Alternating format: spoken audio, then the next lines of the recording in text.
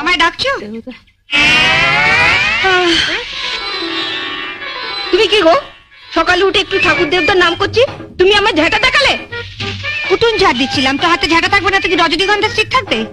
আগে মশারি তুলে বিছানাপত্র ঝেড়ে তারপর ঘর ঝাড় দিয়ে তারপর আমার জন্য 1 কাপ গরম চা, একটু আদা দিস। কাল রাতে হঠাৎ ঠান্ডা লেগে গেছে, গলাটা কেমন ব্যথা ব্যথা করছে। তোমাদের সংসারে কেন যে আমি মা দুর্গা হয়ে জন্মালাম না? হঠাৎ কথা বলছো না, মানে মা দুর্গা হয়ে জন্মালে আমার কেমন 10খানা হাত থাকতো।